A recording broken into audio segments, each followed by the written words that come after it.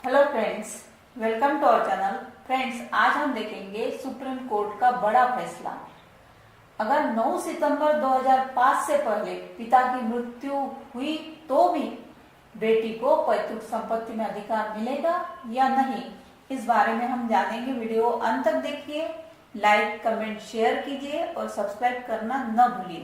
तो चलिए जानेंगे सुप्रीम कोर्ट का बड़ा फैसला क्या है। अब हिंदू सक्सेशन अमेंडमेंट एक्ट 2005 के तहत बेटी तभी अपने पिता की संपत्ति में अपनी हिस्सेदारी का दावा कर सकती है जब पिता 9 सितंबर 2005 को जीवित रहे हो। अगर पिता की मृत्यु इस तारीख से पहले हो गई हो तो बेटी का पैतृक संपत्ति पर कोई अधिकार नहीं होगा। अब माननीय सुप्रीम कोर्ट ने इसे बदलते हुए कहा कि पिता की मृत्यु से इसका कोई लेना देना नहीं है। अब हाइलाइट्स क्या है हम माननीय 3 जजों की पीठ ने स्पष्ट कर दिया कि भले ही पिता की मृत्यु हिंदू सक्सेशन अमेंडमेंट एक्ट 2005 लागू होने से पहले हुई हो या फिर भी बेटियों को माता पिता की संपत्ति पर अधिकार होगा। अब बेटी की मृत्यु हुई हो तो उनके बच्चों को हक मिलेगा या नहीं, इसमें जानेंगे हम। अब माननीय सुप्रीम कोर्ट ने इस बात पर जोर दिया कि पिता की पैतृक संपत्ति में बेटी को अपने भाई से थोड़ा भी कम हक नहीं होगा। उन्होंने कहा कि अगर बेटी की मृत्यु 9 सितंबर 2005 से पहले हो जाए तो भी पिता की पैतृक संपत्ति में उसका हक बना रहता है। अब इसका मतलब यह है कि अगर बेटी के बच्चे चाहे कि वो अपनी माँ के पिता यानी उनके नाना की पैतृक संपत्ति में हिस्सेदारी ले तो वो इसका दावा ठोक सकते हैं, यानी सिविल कोर्ट में दावा लगा सकते हैं। अब उन्हें अपनी माँ के अधिकार के तौर पर नाना की पैतृक संपत्ति में हिस्सेदारी मिलेगी। अब सुप्रीम कोर्ट ने क्या कहा हम जानेंगे। 9 सितंबर 2005 से हिंदू सक्सेशन अमेंडमेंट एक्ट 2005 लागू हुआ है। इसका मतलब है कि अगर पिता की मृत्यु 9 सितंबर 2005 से पहले हो गई हो तो भी बेटियों को पैतृक संपत्ति पर अधिकार होगा। अब माननीय 3 जजों की बेंच ने यह महत्वपूर्ण फैसला दिया कि बेटियों को बेटों के बराबर अधिकार देना होगा, क्योंकि बेटी पूरी जिंदगी पिता के करीब रहती है और बेटी आजीवन हमवारिस ही रहेगी, भले ही पिता जिंदा हो या नहीं।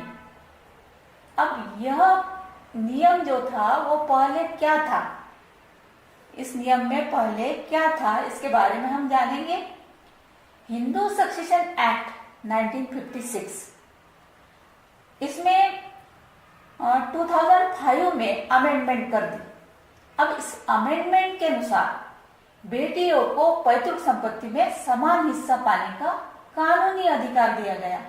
अब इसके तहत बेटी तभी अपने पिता की संपत्ति में अपनी हिस्सेदारी का दावा कर सकती है जब पिता 9 सितंबर 2005 को जिंदा रहे हो।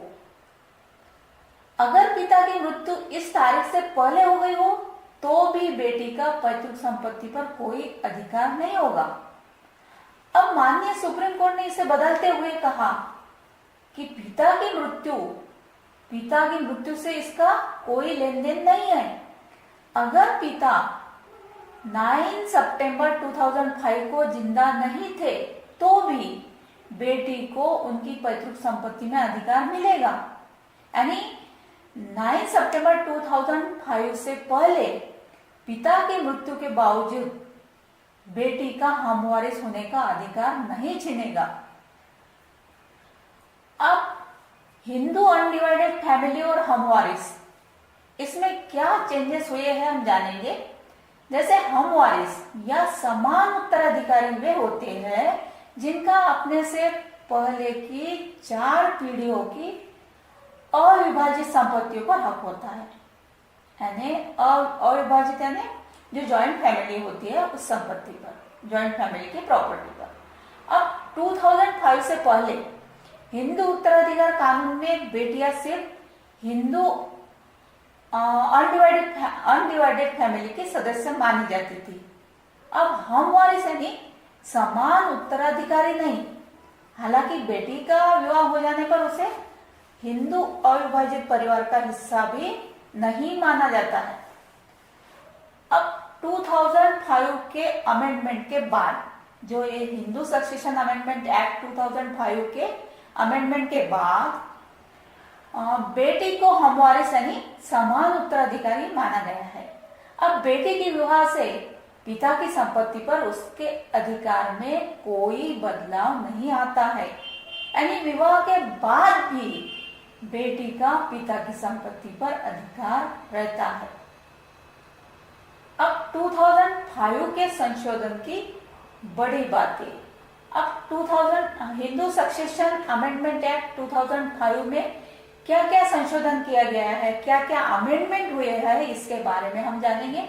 अब इसके तहत महिलाओं को पैतृक संपत्ति में बेटे के बराबर का अधिकार दे दिया गया है और तमाम भेदभाव को खत्म कर दिया गया है। जैसे कि बेटी को पैतृक संपत्ति में जन्म से ही साझेदार बना दिया गया और बेटी और बेटे को जन्म से पिता और पैतृक संपत्ति में बराबर के अधिकारी बना दिए गए। इसमें हिंदू सक्सेशन अमेंडमेंट एक्ट 2005 में दिए हैं। अब इसके तहत बेटियों को इस बात का भी अधिकार दिया गया कि वह कृषि भूमि, और ये जो कृषि भूमि जो है अपना एग्रीकल्चरल लैंड, इसका बंटवारा करवा सकती है। साथ ही शादी टूटने की स्थिति में भी वह पिता के घर जाकर बेटे के समान बराबरी का दर्जा पाते हुए रह सकती है, यानी पिता के घर पर जाकर रह सकती है। अब पिता के घर में भी उसका उतना ही अधिकार होगा जितना बेटे को है, बेटे के बराबरी में उसको हक है। और बेटे और बेटी दोनों को जन्म से ही बराबरी का दर्जा दे दिया गया है। अब बेटी का जन्म कब हुआ इस पर कोई फर्क नहीं। जैसे हिंदू उत्तराधिकार संशोधन कानून यानी हिंदू सक्सेशन अमेंडमेंट एक्ट 2005 के तहत इसमें बेटी का जन्म कब हुआ है इसका कोई फर्क नहीं पड़ता है। बेटी का जन्म 9 सितंबर 2005 से पहले हुआ है या बाद में, पिता की संपत्ति में उसका हिस्सा भाई के बराबर ही होगा। वह संपत्ति चाहे पैतृक हो या पिता की अपनी कमाई से अर्जित हो, यानी सेल्फ एक्वायर्ड हो। हिंदू लॉ में संपत्ति को 2 श्रेणियों में बांटा गया है, पैतृक और स्वअर्जित। अब सेल्फ एक्वायर्ड हो या उनकी एंसेस्टर प्रॉपर्टी हो, उसमें कोई भेदभाव नहीं है। अब पैतृक संपत्ति में 4 पीढ़ी पहले तक पुरुषों की वैसी अर्जित संपत्ति आती है जिनका कभी बंटवारा नहीं हुआ हो। अब ऐसी संपत्तियों पर संतानों का, वह चाहे बेटा हो या बेटी हो, इनका जन्म से ही हक होता है। अब पिता की स्वअर्जित संपत्ति हो तो, यानी पिता की सेल्फ एक्वायर्ड प्रॉपर्टी हो तो क्या फर्क पड़ता है? सेल्फ एक्वायर्ड प्रॉपर्टी हो तो इस मामले में बेटी का पक्ष कमजोर होता है। अगर पिता ने अपने पैसे से जमीन खरीदी है और मकान बनवाया है, खरीदा है, तो वह जिसे चाहे अपने इच्छा से संपत्ति दे सकते हैं। स्वअर्जित संपत्ति यानी सेल्फ एक्वायर्ड प्रॉपर्टी जो हो, वो प्रॉपर्टी अपनी मर्जी से किसी को भी देना पिता का कानूनी अधिकार है। यानी अगर पिता ने बेटी को खुद की संपत्ति में हिस्सा देने से इनकार कर दिया तो बेटी कुछ नहीं कर सकती। अगर वसीयत लिखे बिना पिता की मृत्यु हो जाती है। अब इस कंडीशन में क्या होता है, तो अगर वसीयत विल लिखे बिना पिता की मृत्यु हो जाती है तो सभी कानूनी उत्तराधिकारियों को उनकी संपत्ति पर समान अधिकार होगा। अब हिंदू उत्तराधिकार कानून में पुरुष उत्तराधिकारियों का 4 श्रेणियों में वर्गीकरण किया गया है और पिता की संपत्ति पर पहला हक पहली श्रेणी के उत्तराधिकारियों का होता है, यानी क्लास 1 लीगल हेयर्स जो होते हैं उनका होता है। अब इनमें विधवा बेटियां, बेटों के साथ साथ अन्य लोग आते हैं। हर एक उत्तराधिकारी का संपत्ति पर समान अधिकार होता है। अब इसका मतलब है कि बेटी के रूप में आपको अपने पिता की संपत्ति पर पूरा हक है। अब अगर बेटी विवाहित हो तो, अब बेटी का विवाह हो चुका है, बेटी विवाहित हो तो क्या होगा, तो 2005 से पहले हिंदू उत्तराधिकार कानून में बेटियां सिर्फ हिंदू अविभाजित परिवार के सदस्य मानी जाती थी। अब हमवारिस यानी समान उत्तराधिकारी नहीं, हमवारिस या समान उत्तराधिकारी वे होते हैं जिनका अपने से पहले की 4 पीढ़ियों की अविभाजित संपत्तियों पर हक होता है। हालांकि बेटी का विवाह हो जाने पर उसे हिंदू अविभाजित परिवार का भी हिस्सा नहीं माना जाता है। अब 2005 के अमेंडमेंट के बाद, यानी हिंदू सक्सेशन अमेंडमेंट एक्ट 2005 के बाद बेटी को हमवारिस यानी समान उत्तराधिकारी माना गया है। अब बेटी के विवाह से पिता की संपत्ति पर उसके अधिकार में कोई बदलाव नहीं आता है, यानी विवाह के बाद भी बेटी का पिता की संपत्ति पर बेटों के बराबरी में अधिकार रहता है।